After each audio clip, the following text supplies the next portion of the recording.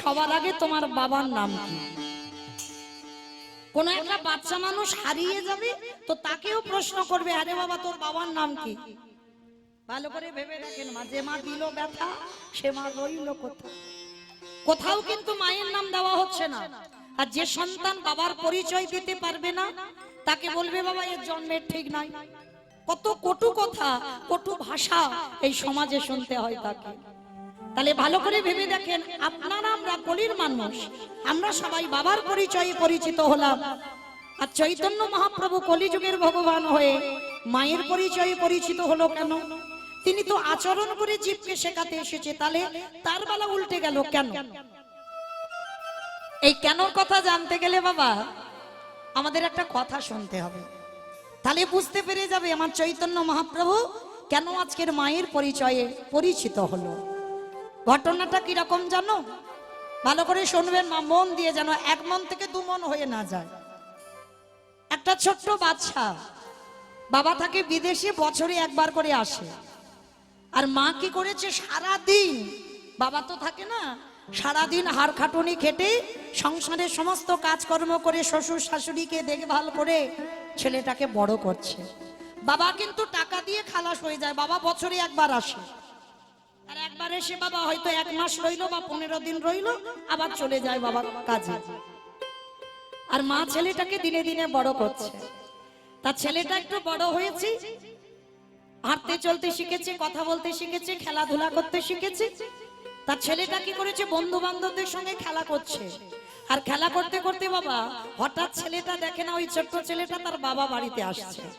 আর যেই না দেখেছে তার বাবা বাড়িতে আসছে, ছোট বাচ্চা তো অনেকদিন পরে বাবা বাড়িতে আসছে, মানে সারা দুপুর রোদে রোদে খেলা করে ধুলো বালি কাদা গায়ে মাখা আছে। আর সেই অবস্থা বাবাকে দেখতে পেয়েছে। তার ছোট্ট বাচ্চা তো অত বোধগম্য নেই যে বাবা যদি বোম্বে থেকে ফেরে, দিল্লি থেকে ফেরে, দামি দামি সুট জামা প্যান্ট পরে আছে। অপরাধ নেবেন না বাবা, বলছি বলে কথাটা আমি ভেঙে বলবো। বাবা ভালোবাসে, মাও ভালোবাসে, কিন্তু দুটো তফাৎ হবেই, হতে হবে। তো এইবার বাবা তো দামি জামা কাপড় পরে আছে, তার ছোট্ট বাচ্চা ধুলো কাদা বালি মেখে আছে। আর বাবাকে যেই না দেখেছে, খেলা বন্ধ করে দিয়ে ছুটতে ছুটতে গিয়ে বাবা বলে সবে কোমরটা জড়িয়ে ধরতে যাবে। আর বাবা কি করেছে, দামি জামা কাপড় পরে আছে, তো ছেলের হাত দুটো ধরে, যাই দাঁড়া দাঁড়া দাঁড়া দাঁড়া, ছি ছি ছি ছি ছি, এই নোংরা মেখে আছিস আর নোংরা অবস্থায় একেবারে আমাকে জড়িয়ে ধরছিস? হ্যাঁ, শোন, যা তোর মার কাছে যা, মার কাছে গিয়ে আগে ভালো করে পরিষ্কার হয়ে আয়। আর মা যদি তোকে পরিষ্কার করে দেয় তারপরে আমি তোকে কোলে নিয়ে ঘুরতে যাব, তার আগে কিন্তু আমি তোকে কোলে নেব না। ভালো করে ভাবেন মা, বাচ্চাটার কত কষ্ট হলো। অনেক আদর করে তো বাবার কোলে উঠতে গিয়েছিল, কিন্তু বাবা হাত ধরে ঠেলে দিয়েছে। তার ছেলেটা কাঁদতে কাঁদতে বাড়িতে চলে এসেছে। আর মা কি করেছে, সারাদিন ওই সংসারে খাটাখাটুনি করে সবে একটু অন্ন নিয়ে বসেছে সেবা করতে। আর ওই সময় ছেলেটা এসে দাঁড়িয়ে দাঁড়িয়ে কাঁদছে। মা সবে এক রাত দিতে যাবে, সে আর গালে দেওয়া হয়নি, অন্যের থালাটা ফেলে রেখেছে। এই খোকা, এই এদিকে আয়, কাঁদছিস কেন? কি হয়েছে? বন্ধুরা বকেছে, বন্ধুরা মেরেছে, না মারামারি করেছিস? কাঁদছিস কেন? ও মামা, বাবাকে দেখলাম বাবা বাড়ি আসছে। বাবা বাড়ি আসছে তাই এতে কাঁদার কি আছে? তো আনন্দের কথা, তা তুই কাঁদছিস কেন? জানো মা, আমি অনেক ভালোবাসা নিয়ে, অনেক আদর নিয়ে আমার বাবার কোলে একটু উঠতে গেলাম। আমার বাবা হাত দুটো ধরে বললে, মার কাছে পরিষ্কার হয়ে আয়, পরিষ্কার হলে তবে কোলে নেব, তার আগে নেব না। মায়ের চোখে জল এলো। ও, বাবা বকেছে বুঝি, কোলে নাইনি ওই জন্য কষ্ট হয়েছে। ঠিক আছে, মার কিন্তু আর খাওয়া হলো না। বাবা ভালোবাসাটা কোথায় দেখে, সারাদিন পরে খেতে বসেছে, খাওয়া হলো না। সে খাবার থালাটা রেখে দিয়ে মা ওই ছেলে ধুলো বালি কাদা মেখে আছে পরিষ্কার করে দিয়েছে, ভালো জামা কাপড় পরিয়ে দিল, একটু পাউডার মাখিয়ে দিল, বড় একটা কাজলের টিপ পরিয়ে দিল। এইবার স্বামী বাড়ি এসেছে, ছেলেটাকে কোলে নিয়ে বলছে, কি গো ছেলেটাকে কোলে নাওনি? ছেলেটার বড় কষ্ট হয়েছে, নাও একটু কোলে নিয়ে ঘুরতে যাও তো দেখি আগে, তারপরে কথা বলবো। হরি বল। এইবার বাবা আসল তত্ত্বটা বলবো, এইবার ভালো করে শুনবেন। মা পরিষ্কার করে দিল বাবার কোলে, বাবা ছেলেকে নিয়ে ঘুরতে গেল। তত্ত্বটা বোঝালো কি? দুটো তত্ত্ব বেরোলো বাবা। যারা ভক্তি জীবনে ডুবেছেন তারা অনুভব করতে পেরেছেন, আর যারা ডুব দেননি তারা এখনো বুঝতে পারছেন না। বাবা ভালোবাসে, মা ভালোবাসে, তাহলে এই চরিত্রটা তুলে ধরলো কেন চৈতন্য মহাপ্রভু? বাবা হলো পরমাত্মা রূপী ভগবান। ভালো করে শুনবেন, বাবা হলো পরমাত্মা রূপী ভগবান, আরে মা হলো আমাদের যে যার ঘরের গুরুদেব। মা গুরু যদি পরিষ্কার করে না দেয়, তাহলে পরমাত্মা রূপী ভগবানে আজ সন্তানকে কোলে নেবে কি করে? তাহলে মাকে গুরুর জায়গায় বসালো, বাবা ভগবানের জায়গায় বসলো। যে যতই বিশ্ব পিতাকে ভালোবাসো না কেন, আগে গুরু চরণ ধরতে হবে।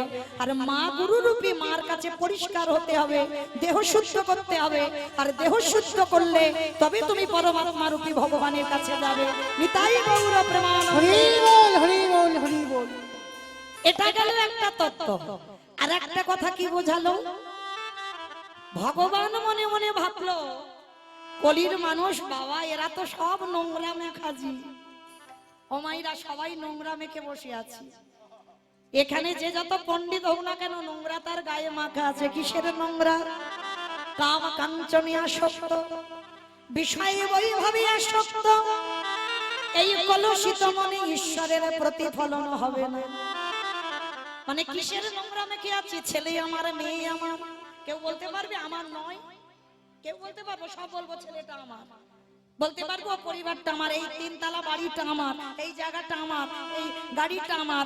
আরে ভাই, সব যদি তোর হয়ে গেল তাহলে তুই কার? বাবা ভেবে দেখতে হবে তো, সব আমার। এত বড় জায়গা কিনেছি, এত বড় ঘর বেঁধেছি, সব আমার, তাহলে আমি কার? তাহলে তুমি যার, তোমার গোটা সম্পত্তির মালিক হলো তুমি। কোনদিন আমার আমার করো না। তা ভগবান বলছি, এই কলির মানুষ সব তো নোংরা মেখে আছে। ছেলে যেমন নোংরা মেখে থাকলে বাবা দামি জামা কাপড় পরে ছেলেকে কোলে নিতে পারে না, তাহলে কলির নোংরা মাখাজি আমি যদি কলিযুগে বাবারে পরিচয়ে পরিচিত হই, তাহলে কলির ছেলে মেয়েদের আমি কোলে নিতে পারবো না। কি বাবা, যারা কাহিনীটা শুনলেন, নোংরা মেখে আছে তো বলে বাবা তো নিতে পারলো না, তাহলে কলির নোংরা মাখানো জীবকে আমি কোলে নিতে পারবো না। তাহলে কি করতে হবে? কিন্তু মা কি বিচার করেছিল বাবা? মা কিন্তু ছেলে ধুলো মেখে আছে সেই অবস্থাতে কোলে করে নিল। কেন? মা যেটা পারবে সেটা বাবা পারে না। মার ভালোবাসা মাধুর্যের, বাবার ভালোবাসা ঐশ্বর্যের। মা যেটা পারবে সেটা বাবা কখনো পারে না, বা হতে পারে না। তা ধুলো কাদা বালি মেখে আছে, ছেলেটাকে কোলে নিল। ভগবানে চিন্তা করে দেখলো, হাই ভগবান, বাবা নোংরা ধুলো বিচার করে, কিন্তু মা বিচার করে না। আমি কলির ভগবান, কলিযুগে যাব মায়ের পরিচয়ে পরিচিত হয়ে। মা যেমন ছেলেকে সহজে বুকে নিতে পারে, নোংরা ধুলো বিচার করে না, আমি ভগবান কয়ে ওই কলিযুগের মাটিতে মায়ের পরিচয়ে যাব। সচিদানন্দন গৌরাঙ্গ সুন্দর হব। আরে সচিদানন্দন গৌরাঙ্গ সুন্দর হই এই কলির নোংরা মাখানো যে কামনা বাসনা ময়লার বসন যে পড়ে আছে, এদেরকে সহজে আমি কোলে নিতে পারবো।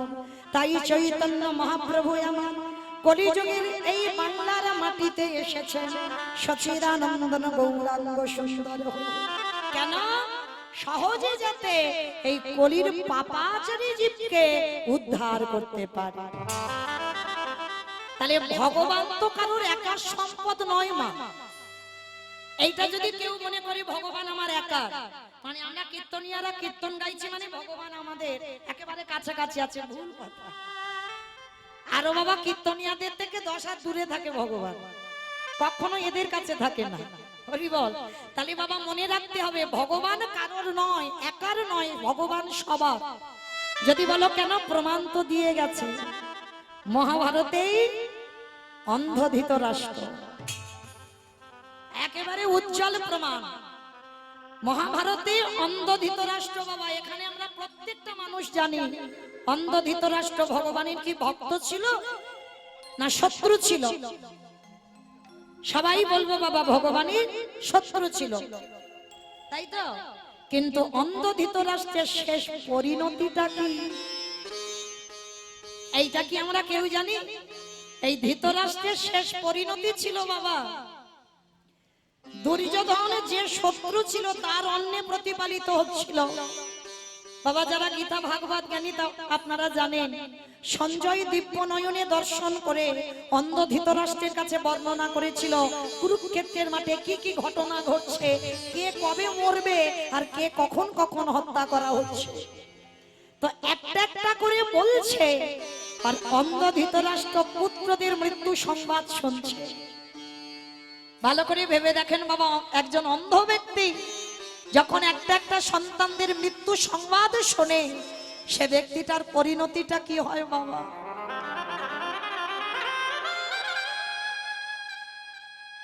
একেবারে রাগে ক্রোধে বাবা জ্বলে পুড়ে যাচ্ছে হৃদয়টা ধৃতরাষ্ট্রের, কিন্তু অন্ধ ব্যক্তি তো কিছু করতে পারছে না। সঞ্জয় বলছে আর নিজের রাগ নিজের শরীরে রেখেছে, কিন্তু বাবা মনে মনে প্রতিজ্ঞা করেছিল ধৃতরাষ্ট্র একটা। কি প্রতিজ্ঞা জানো? একটাই প্রতিজ্ঞা করেছিল, যদি কোনোদিন যে ভীমের গদার আঘাতে আমার দুর্যোধনের উরুভঙ্গ হলো, যে ভীম আমার দুঃশাসনের বক্ষ চিরে রক্ত পান করলো, ওই ভীমকে আমি কোনোদিন ছেড়ে দেব না, ওই ভীমকে আমি নিজের হাতে হত্যা করব। যতই হোক বাবা তো একটা প্রতিজ্ঞা করেছিল মনে মনে, কিন্তু বাবা অন্ধ কিছু করতে পারছে না, কিন্তু প্রতিজ্ঞা করেছিল। আর একটা কথা মনে রাখবেন বাবা, ভক্তকে কোনোদিন ভগবানের কাছে গিয়ে কিছু বলতে লাগে না। এই যে আমরা ভগবানের কাছে গিয়ে মানত করি না, কিচ্ছু করতে লাগে না, কারণ ভগবান ভক্তের অন্তরের কথা সব জেনে যায়।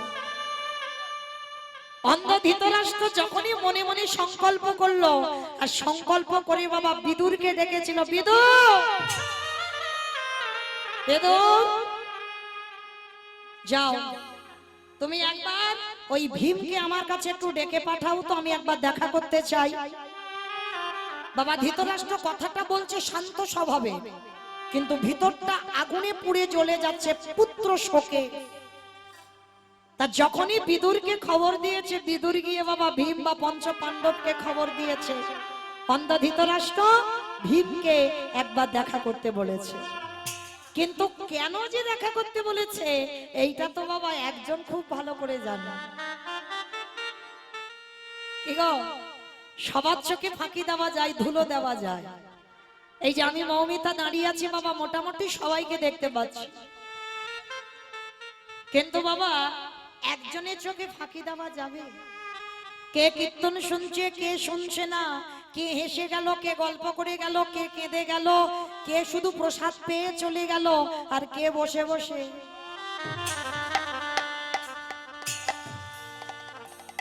সে সন্ধ্যাবেলাও ঢোলে। এটা মিথ্যা নয় বাবা, দেখবেন এই কীর্তন আসরে বসে সে সন্ধ্যে কি দুপুর কি সবসময় ঢুলে ঢুলে পড়ে যায়। মানে কীর্তন তো এমন শরীরটা ঠান্ডা করে দেয়, বাড়িতে ঘুমাতে পারে না, হরিবাসরে এসে ঘুমায়।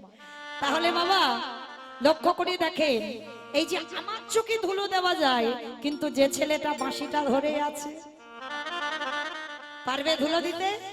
শুধু আসলে সময় মতো ভগবান পৌঁছে দেবে।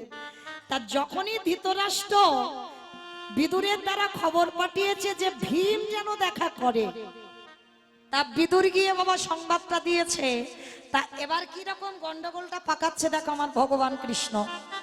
পঞ্চ পাণ্ডব একসঙ্গে এসেছে, আর একসঙ্গে এসে বাবা যুধিষ্ঠির মহারাজ প্রথমেই প্রণাম করেছে অন্ধ ধৃতরাষ্ট্রকে। আর যখনই প্রণাম করেছে অন্ধ ধৃতরাষ্ট্র, প্রণাম করতেই মানে শরীরটা ছুঁতেই বুঝতে পেরে গেছে ভীম নয়। অন্ধ হলে কি হবে বাবা, তার এত স্মৃতিশক্তি ছিল। সঙ্গে সঙ্গে বলে উঠলেন, যুধিষ্ঠির আমি তো তোমাকে আসতে বলিনি, আমি ভীমকে আসতে বলেছি, ভীমকে পাঠাও। আর এদিকে ভীম তো জানে না বাবা কি গন্ডগোলটা হবে। এবার ভীম পাশে দাঁড়িয়েছিল, ভীম সবে যেতে যাবে, ভগবান কৃষ্ণ হাতটা ধরে ভীমকে টেনে সরিয়ে দিয়ে, আর টেনে সরিয়ে দিয়ে বাবা একটা একটা বড় ভীম একেবারে ধৃতরাষ্ট্রের সামনে দাঁড় করিয়েছে। ভালো করে ভাববেন বাবা, মানুষের ক্রোধ কেমন হয়, রাগ কেমন হয়। যেই না দাঁড়িয়েছে ভীম, অন্ধ ধৃতরাষ্ট্র হাত বুলিয়ে দেখছে ভীম এসেছে, সঙ্গে সঙ্গে ভীমকে বুকে এমন করে চেপে ধরেছে বাবা, সে ভীম একেবারে ধুলোর মতো গুঁড়ো হয়ে গেছে। আর যেই না ধুলোর মতো গুঁড়ো হয়ে গেছে, আর দেখবেন বাবা কোনো মানুষ ভুল করার পরে বাবা নিজে অনুতপ্ত হয়। অন্ধ ধৃতরাষ্ট্র কিন্তু ভালো করে জানতো আমার 100টা ছেলে ভালো নয়, ওই জন্য ওদের পতন হলো, ওই জন্য তো ওরা মরলো। তাহলে ভালো করে জেনে শুনেও তবু কিন্তু ভীমকে মেরেছে। আর যেই না ভীমকে মেরে দিল, এইবার অন্ধ ধৃতরাষ্ট্র নয়ন জলে দাঁড়ায়ে দাঁড়ায়ে কাঁদে, কৃষ্ণ রে আমি জেনে শুনে বড়ই অপরাধ করে ফেললাম, কিন্তু বিশ্বাস কর রাগের মাথায় করেছে, কিন্তু আমি সত্যি সত্যি এই কাজটা করতে চাইনি। বিশ্বাস কর কৃষ্ণ, আমার রাগ হলো যখন শুনলাম ভীমের গদার আঘাতে দুর্যোধনের উরুভঙ্গ হলো, ভীম দুঃশাসনের বক্ষ চিরে রক্ত পান করলো। তখন আর নিজের ধৈর্য ধরতে পারিনি, তখনই সংকল্প করেছিলাম আমি নিজের হাতে ওই ভীমকে হত্যা করব। কিন্তু কৃষ্ণ তুই আমায় ক্ষমা করে দে। ভীমকে মারার পরে বলছে আমায় ক্ষমা করে দে। ভগবান আমার পাশে এসে মুচকি মুচকি হাসছে, ও জ্যাঠামশাই, মানে পঞ্চপাণ্ডবদের জেঠু হয়তো, সেই সম্পর্কে কৃষ্ণ জেঠু বলে ডাকতো। ও জ্যাঠামশাই এদিকে এসে, তুমি কাঁদছো কেন, কি হয়েছে তোমার? কৃষ্ণ রে আমি নিজের হাতে ভীমকে হত্যা করলাম, আমি বড় অপরাধ করে ফেললাম।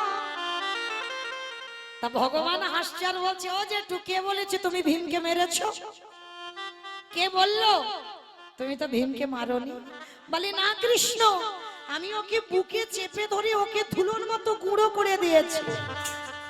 ভগবান মৃদু হেসে বললেন, জ্যাঠামশাই এই জগতে যা যা কিছু ঘটনা ঘটে সবই তো আমার চিত্রপটে। ও জেঠু তুমি তো ভীমকে মারোনি। কৃষ্ণ কি বলছিস? আমি ওকে মেরেছি নিজের হাতে। জেঠু একটা কথা বলি, যদি কোনো ব্যক্তি অন্যায় করে নিজে থেকে অনুতপ্ত হয় বাবা, সেই অপরাধীকে ভগবান বলছে অপরাধী বলে স্বীকার করে না। মানে নিজে ভালো করে জানি আমি এটা ভুল করেছি, অন্যায় করেছি, আর অন্যায় করে তুমি যদি তার কাছে ক্ষমা চাইতে পারো, আর ক্ষমা চাওয়ার পর সে আর দোষী থাকে না। জেঠু তা তুমি যখন ক্ষমা চাইছো আমি তোমাকে ক্ষমা করে দিলাম, কিন্তু কৃষ্ণ আমি তো ভীমকে হত্যা করেছি না। জেঠু তুমি বোধহয় জানো না আমি চিন্তামণি, এই জগতে সবার চিন্তায় আমাকে করতে হয়। ও জেঠু আমি জানি তুমি আজকে আর ভীমকে মারবে, ওই জন্য তোমার পরিকল্পনার আগে আমি তো আগে থেকে ঘরের ভিতরে একটা লোহার ভীম তৈরি করে রেখেছিলাম। কৃষ্ণ লোহার ভীম? বলে হ্যাঁ জেঠু, তুমি তো ভীমকে মারোনি, ওই যাকে মেরেছো আমি জানি তুমি ওকে বুকে চেপে ধরে মারবে, ওই জন্য তো লোহার ভীম তৈরি করে রেখেছিলাম। কৃষ্ণ তার মানে আমি আসল ভীমকে মারিনি? না, তুমি দেখবে জেঠু এইবারে যেই না ভীমকে এসে দাঁড় করিয়েছে,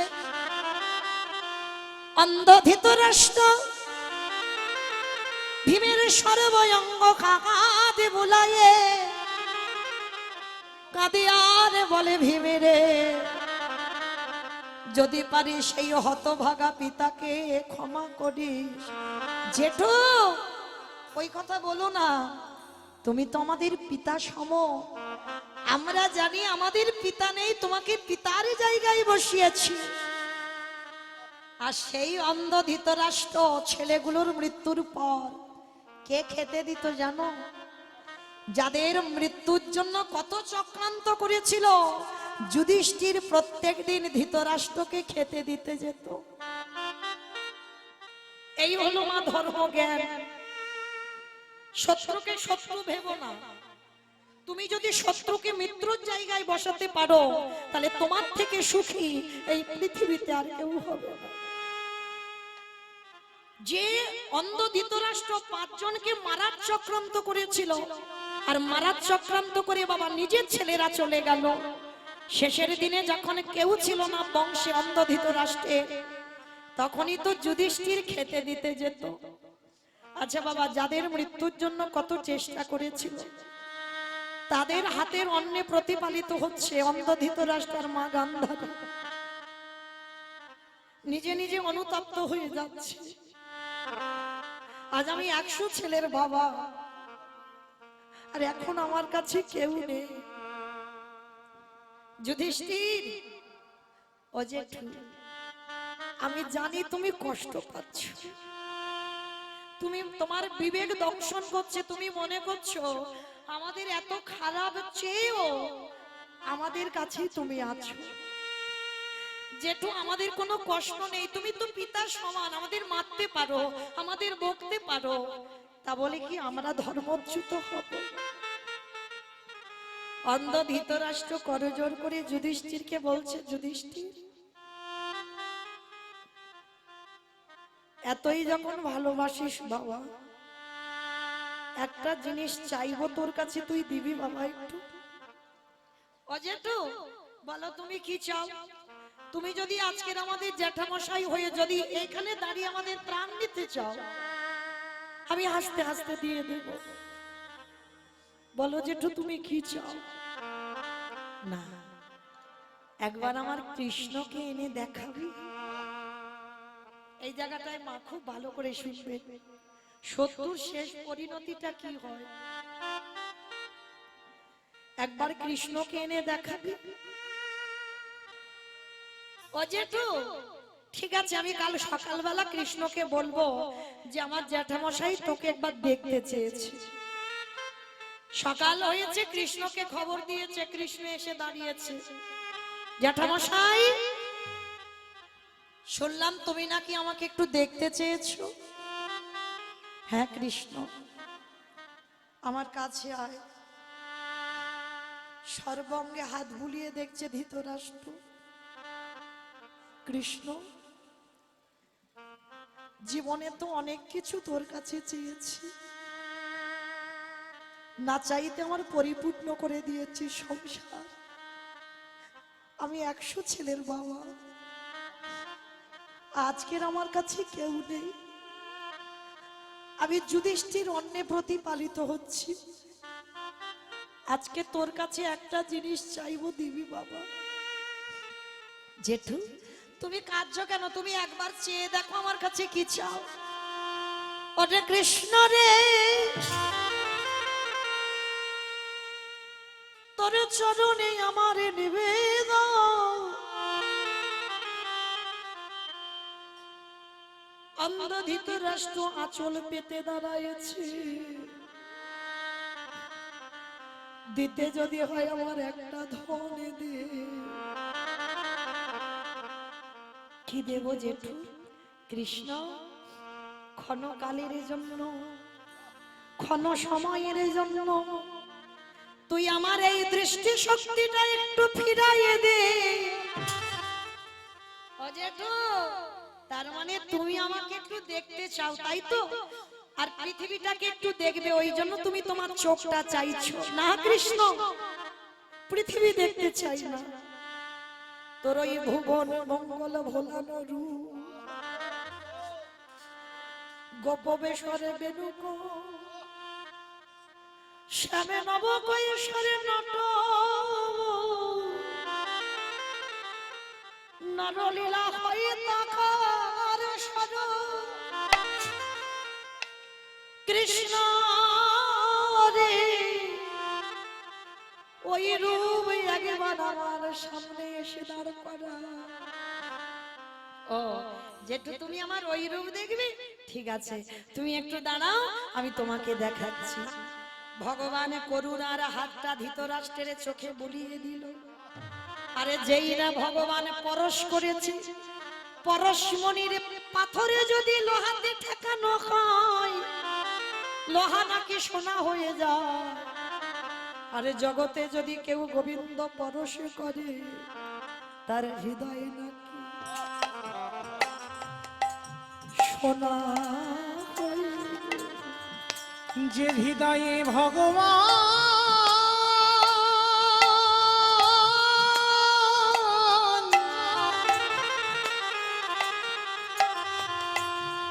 হৃদয়ে আমার ভগবান একেবারে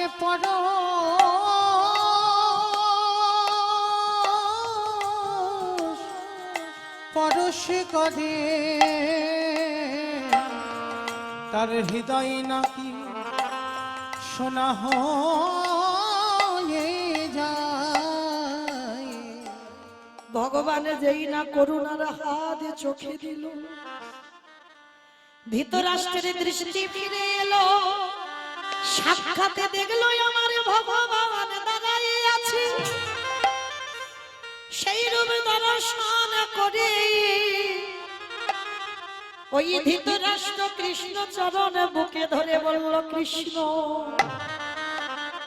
আর একটা জিনিস চাইবো দিবি? আবার এই তো তুমি চোখ চাইলে চোখ ফিরিয়ে দিলাম, আবার কি চাও? কৃষ্ণ আর একটা জিনিস দিবি। কি চাও জেঠু? দে দে আমার অন্ধ করে করে দে রে আমায় অন্ধ করে দে রে ওরে যে নয়নে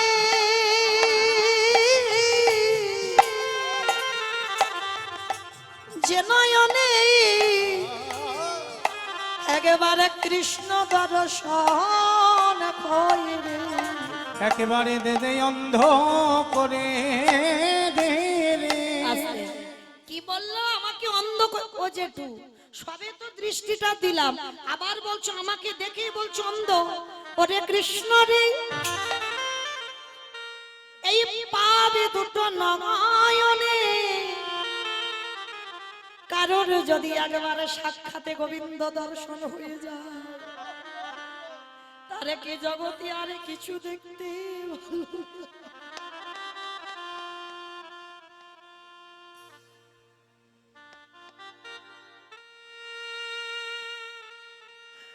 হরে কৃষ্ণ রে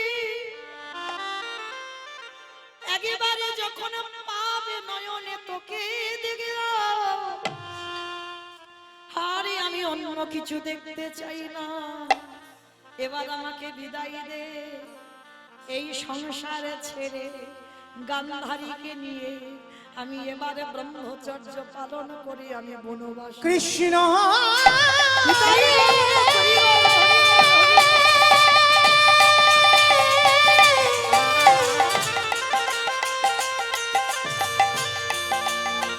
তোর চরণে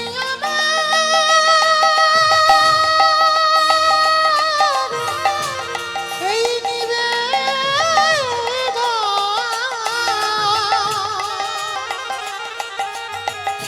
তুই একেবারে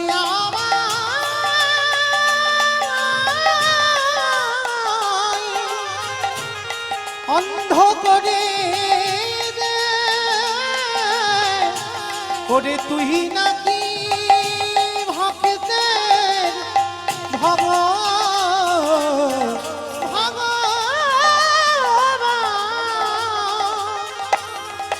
ওরে কৃষ্ণ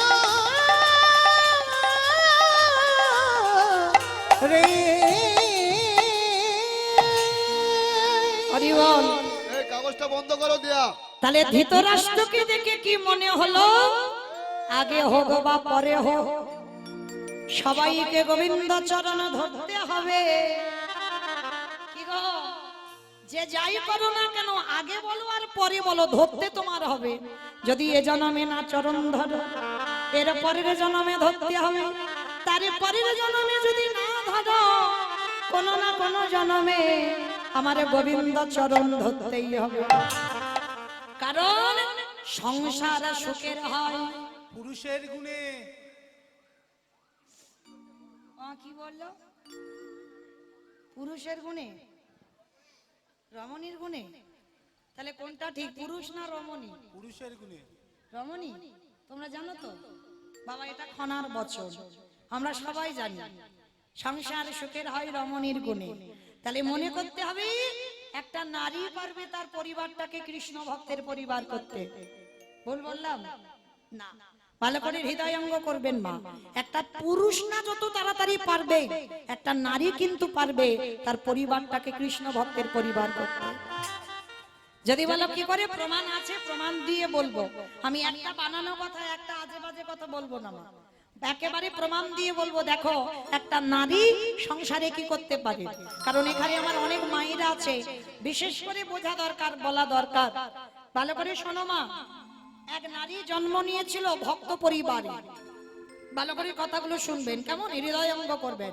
আর যদি আমার কথাটা শুনে মা কারোর এতটুকু চৈতন্য, একটু চেতনা ফিরে যায়। মেয়েটার নাম ছিল বাবা সত্যবাই। ছোটবেলা থেকে ভক্ত পরিবারে জন্ম নিয়েছিল। বাবা মা প্রসাদ বুঝেছিল, মেয়েটা গর্ভে থাকাকালীন প্রসাদ পেত। আর মায়েরা, যে মেয়েটা গর্ভে থাকাকালীন প্রসাদ পেতে পেতে জগতে এলো, জগতে জন্ম নিয়েও প্রসাদ পায়, কিন্তু দুর্ভাগ্য তার কপালে এমন লেখা ছিল, বাবা মা দেখাশোনা করে মেয়েটাকে যার হাতে দিল বাবা, একেবারে ঘোর নাস্তে। এটাই তো পরীক্ষা। ভগবান একবার ঘষে মেজে দেখবে না, যে দেখি ও কি করে পারে আমার জায়গাটাকে রেখে দিতে। যে মেয়েটা ছোটবেলা থেকে ভক্ত পরিবারে বড় হলো, আর বাবা মা বিয়ে দিল এমন একটা পরিবারে বাবা, একেবারে নাস্তিক, মানে কৃষ্ণ তো ভালোবাসেই না, মানে বাড়িতে কোনোদিন নিরামিষ আহার হয় না, সে বৃহস্পতিবার একাদশী এসব কিছুই হয় না, মানে ঘোর নাস্তিক একেবারে, মানে এমন নাস্তিক এখন আছে বলে মনে হয় না। তা এই শক্ত মা বিয়ের পরে এমনই একজন নারী ছিল, একদিনের জন্য বাবা বাপের বাড়ি গিয়ে কোনো নালিশ জানায়নি, যে মা তুমি আমার এমন বাড়িতে দিলে, যে বাড়িতে বাবা কৃষ্ণ ভজন নিষিদ্ধ, যে বাড়িতে ভগবানের নাম করা নিষেধ, যে বাড়িতে ভাগবত পাঠ করা যায় না, যে বাড়ি থেকে বাবা একটা পা বের করা যায় না। একদিনের জন্য কোনো অভিযোগ জানায়নি বাপের বাড়ি। যতটা পারত সত্যমা নিজের হৃদয়ে অন্তরে চেপে রাখত। আর ভগবানের ডাকতো কখন জানো? রাতের অন্ধকারে, যখন শাশুড়ি, সে তো বাবা শাশুড়ি ছিল না, শাশুড়িয়ে দিত, মানে এমন শাশুড়ি। আর মনে রাখতে হবে বাবা, শাশুড়ি মা হবে না জীবনে, আর বৌমাও মেয়ে হবে না জীবনে। তবে হবে না বলা ভুল, আছে অনেক অনেক পরিবারে আছে, শাশুড়ি মা হয়েছে, বৌমা মেয়ে হয়েছে, সেটা যে যার আচরণের উপরে নির্ভর করে বাবা। তা এই সত্যমার শাশুড়ি ছিল না, মায়ের মতো নয় মা। শাশুড়ি সে সবসময় শাশুড়িয়ে দিত, আর স্বামী তো সে স্বামী নয়, মদমাতাল, সন্ধ্যায় বাড়িতে থাকে না, কত রাত বাইরে রাস্তায় কাটিয়ে দেয়, এমন স্বামীর ঘর পেয়েছিল সত্যমা।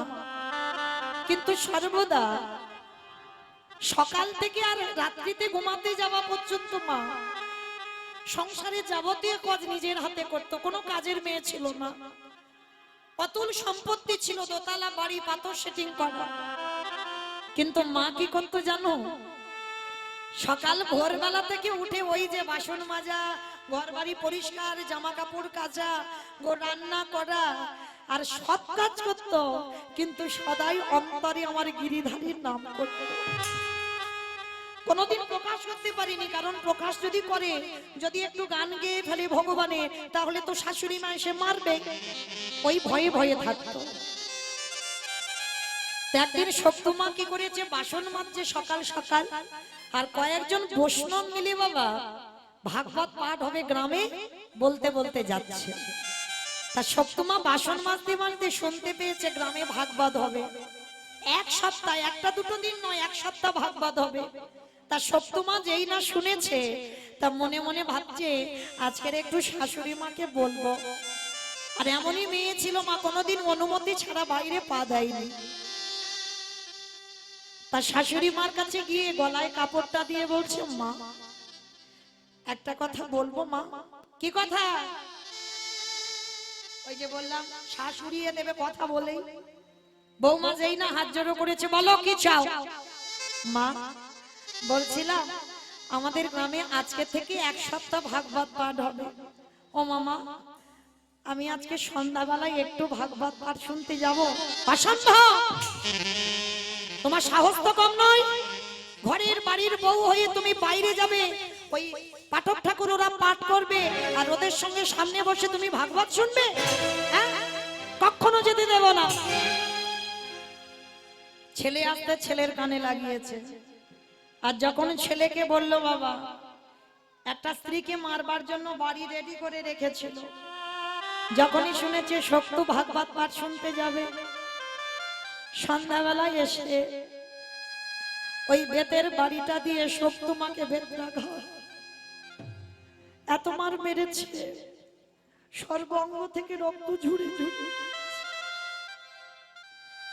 একটা দিন বাপের বাড়ি জানায়নি লালিশ, শুধু ভগবানের কাছে জানাতো তুমি যখন এটাই চেয়েছো আমি মেনে নিলাম ঠাকুর, তবে বিনিময়ে সহ্য করব সেই শক্তিটুকু তুমি আমায় দিও। এত মারা মেরেছে, শক্তমা ঘরের দরজা বন্ধ করে বসে বসে খাচ্ছে। গিরিধর, তোমায় ভালোবাসলে যে তার জীবনে এত কষ্ট হয়, তোমায় ভালোবাসলে যে তার জীবনে এত জ্বালা যন্ত্রণা হয়, আমি যদি জানতাম আমি কোনোদিন তোমায় ভালোবাসতাম। ওগো গিরিধর,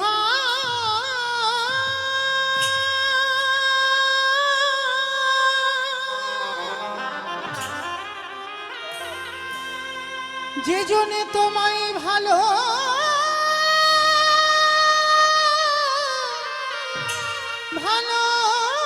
ভালোবাসে,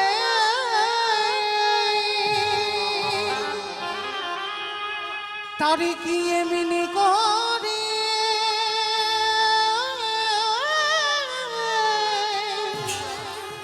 কাঁদিতে হয় গো। সর্বশরীর এত মার মেরেছে, জ্বালা যন্ত্রণা, কেউ একবারও দেখতে আসেনি মেয়েটা কেমন আছে, রাত্রিবেলা কাঁদছে। আরে কি গিরিধরে থাকতে পারে ডাকার মতো যদি ডাকা যায়, ভালোবাসার মতো যদি বাসা যায়, আমার ভগবান রাতের অন্ধকারে ওই শাশুড়ি মার রূপটা ধরেছে। ভালো করে দেখেন, শাশুড়ি মার রূপ ধরে ওই শক্ত মার কাছে এসে ডাকছে, বৌমা, ও বৌমা। চমকে উঠেছে, কে কে আমায় ডাকছে বৌমা বলে। তাড়াতাড়ি করে মাথায় কাপড়টা দিয়ে শাশুড়ি মার কাছে, ওই যে অঙ্গ থেকে রক্ত বেরোচ্ছে দেখতে দেবে না, সারা শরীরটা ঢাকা দিয়ে শাশুড়ি মার জন্য দরজা খুলে দিয়েছে। মা, বৌমা, মাথায় হাত বুলিয়েছে। ভগবান বেশি শাশুড়ি, মাথায় হাত বুলিয়েছে, যেই না হাতটা দিয়েছে শক্তমা চমকে উঠেছে। পরশমণির থেকে তো আরো মূল্যবান গো, যেই না পরশ করেছে না, দেহটা একেবারে ঠান্ডা হয়ে গেছে, যে জ্বালা যন্ত্রণা ছিল আর কিছু হচ্ছে না। কিন্তু শক্তমা বুঝতে পারেনি, অনুভব করতে পারছে না। ভগবান মাথায় হাত দিয়ে বলছে, বৌমা, ছেলেকে বলে মার খাইয়েছি, কষ্ট হয়েছে, যাও, ছেলে এখন ঘুমাচ্ছে, তুমি যাও, এই সময়ে তুমি একটু ভাগবত শুনে এসো। অবাক হয়ে গেল শক্তমা, মা আমি যাব? তুমি তো সকালবেলা থেকে আমায় কত বকলে মারলে, আর এখন তুমি আমায় যেতে বলছো? হ্যাঁ বলছি। তুই এত কাঁদছিস, আমি ঘর থেকে শুনতে পাচ্ছি, যা মা। আর শোন, ভাগবত পাঠ শুনে আমার জন্য একটু প্রসাদী নিয়ে আসবি। মা, তুমি প্রসাদী পাবে? হ্যাঁ পাবো না তো কি করব, তুই যাবি যখন আমার জন্য একটু প্রসাদী আনবি। শক্তমা বুঝতে পারলো না, ওটা ভগবান শাশুড়ির বেশ ধরে অনুমতিটা দিয়ে দিল। আর শক্তমা অনুমতিটা পেয়ে সন্ধ্যাবেলায় ওদিকে ভাগবত শুরু হয়ে গেছে, তাড়াতাড়ি করে পাগলিনীর মতো উন্মাদিনীর মতো যে অবস্থাতে ছিল, মানে এত কৃষ্ণ নাম শোনার পাগল। এই যেমন আপনারা, মানুষের তো কত টাইমের সময়ের জ্ঞান বাবা, কত মানুষের, কলির মানুষের কত কাজ, তবু কিন্তু সব কাজ ফেলে রেখে ছুটে এসেছেন হরির বাসর। আমার মতো অধৈর্য দুনিয়া। এখন তো বাবা মোবাইলে বিছানায় ঘুমিয়ে ঘুমিয়ে শোনা যায়, তাহলে কিসের আশায় এসেছে? দেখতে তো নয়। কেউ যদি বলে দেখতে ভুল, কারণ ওটা তো দেখা যাচ্ছে, তাহলে কিসের আশায়? হৃদয়ে প্রেম ভক্তি আছে বলে যদি একবার কানে ভক্ত মানুষের হরি নাম হবে, এই কথাটা যদি একবার কানে যায়, তারা সব কাজ ফেলে রেখে পাগলের মতো ছুটি আসে। নিতাই গৌর হরি বল, হরি বল, হরি বল। এইবার শক্তিমা হরির ভাগবত পাঠ শুনবে বলে ওই যে অবস্থাতে ছিল মা পাগলিনীর মতো ছুটে গেছে।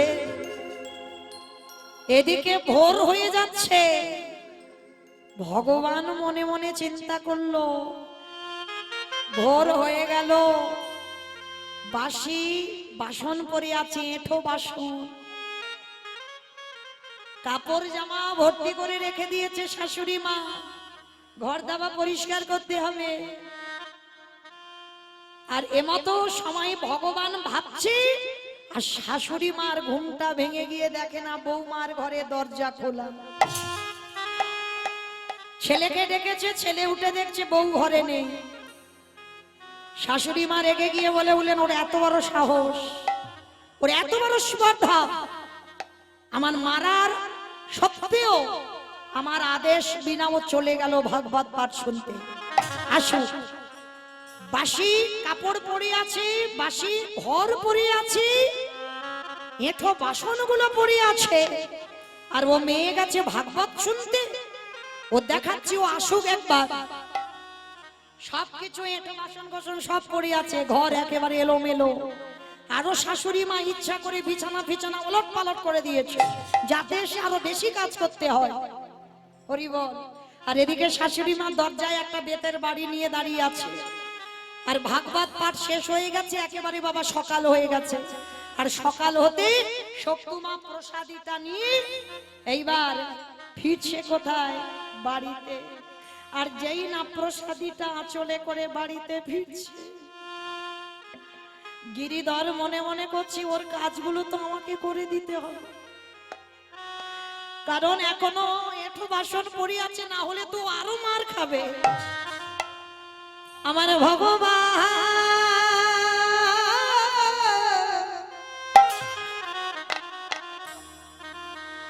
ভক্তের মার খাবার ভয়, নিজের হাতে ভগবান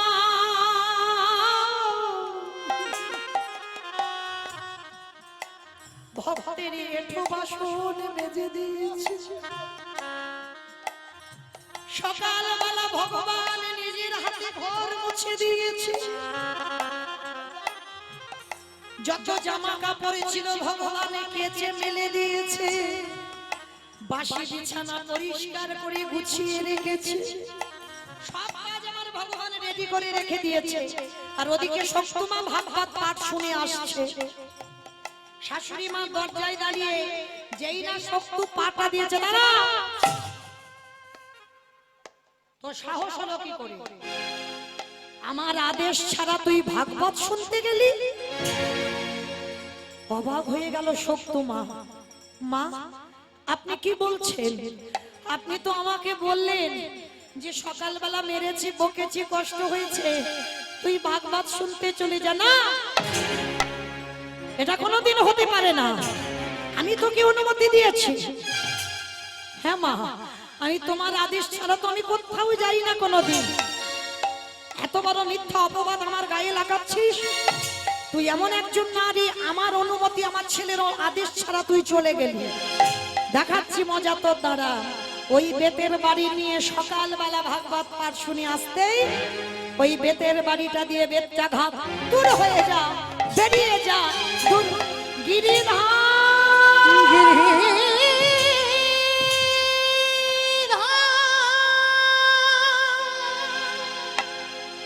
একেবারে দেখা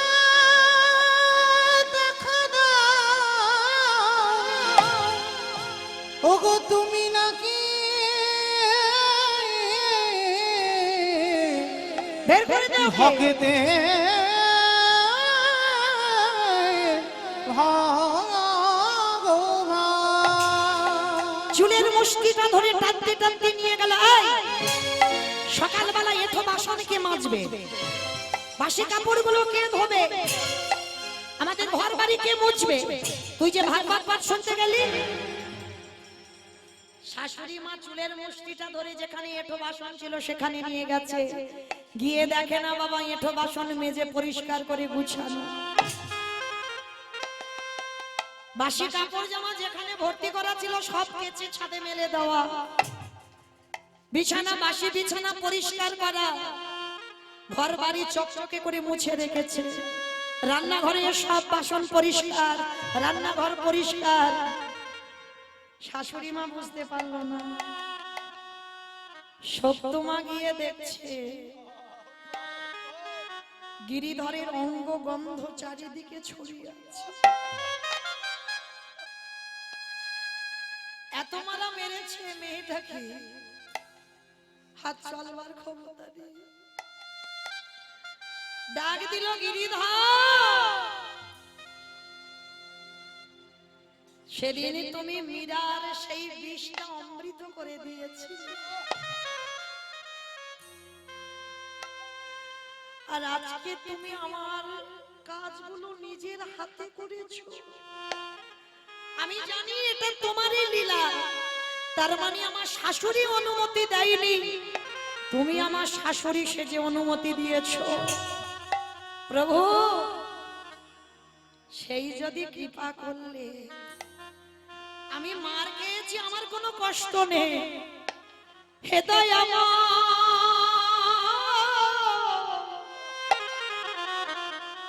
এই বাড়িতে যদি তুমি চরণে দিয়েছো,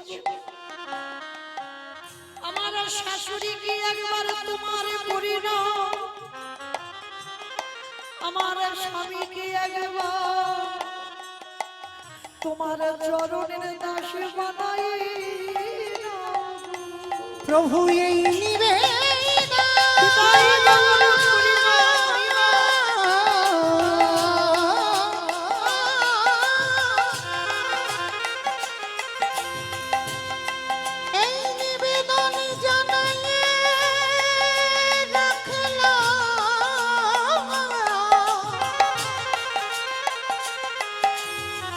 ওগো গিরিধর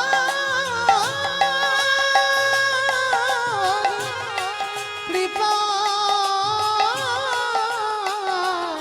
কৃপা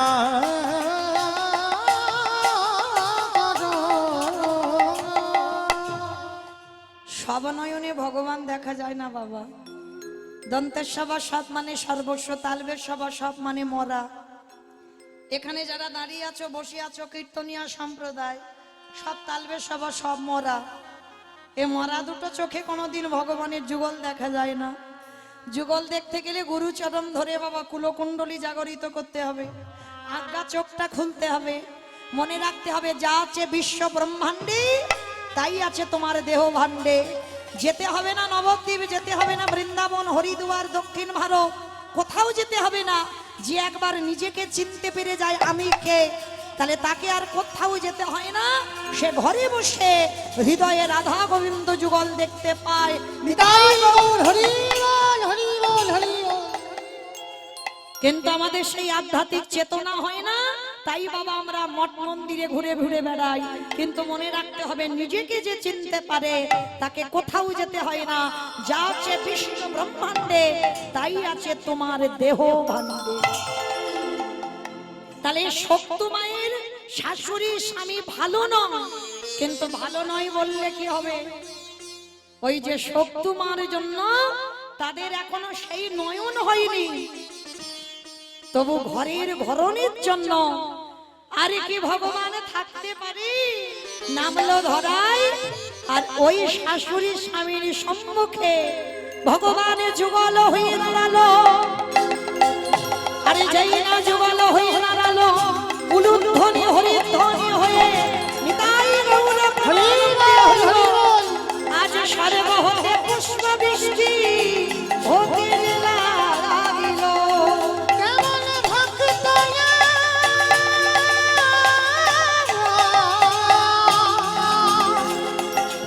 মনে ভগ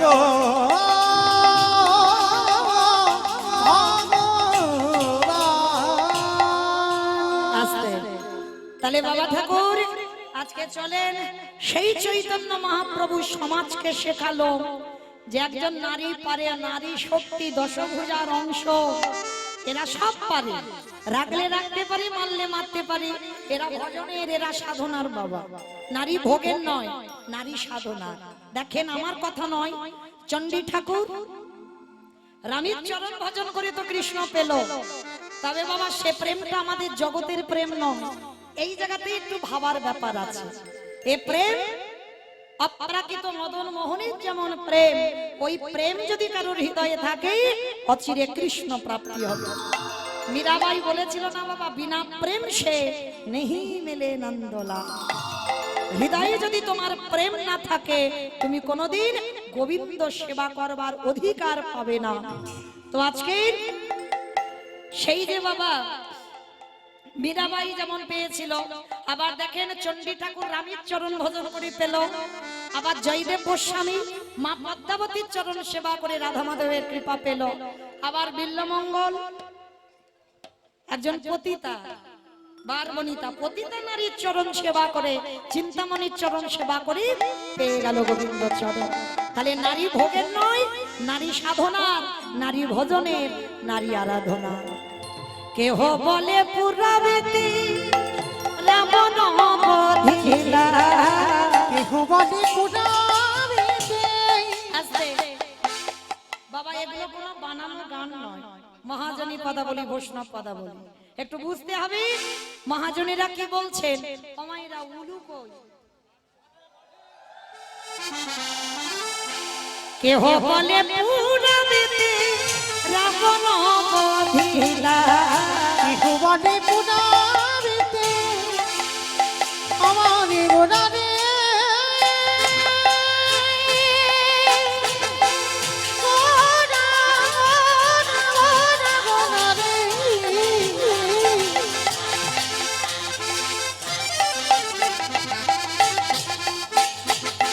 আমারে গোটা গোটা গোটা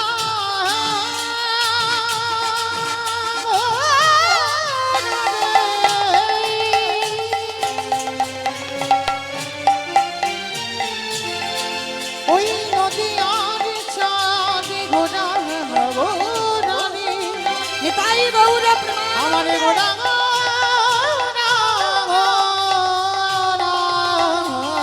কেহ বলে পুনাবিতে রাবণ বধিলা।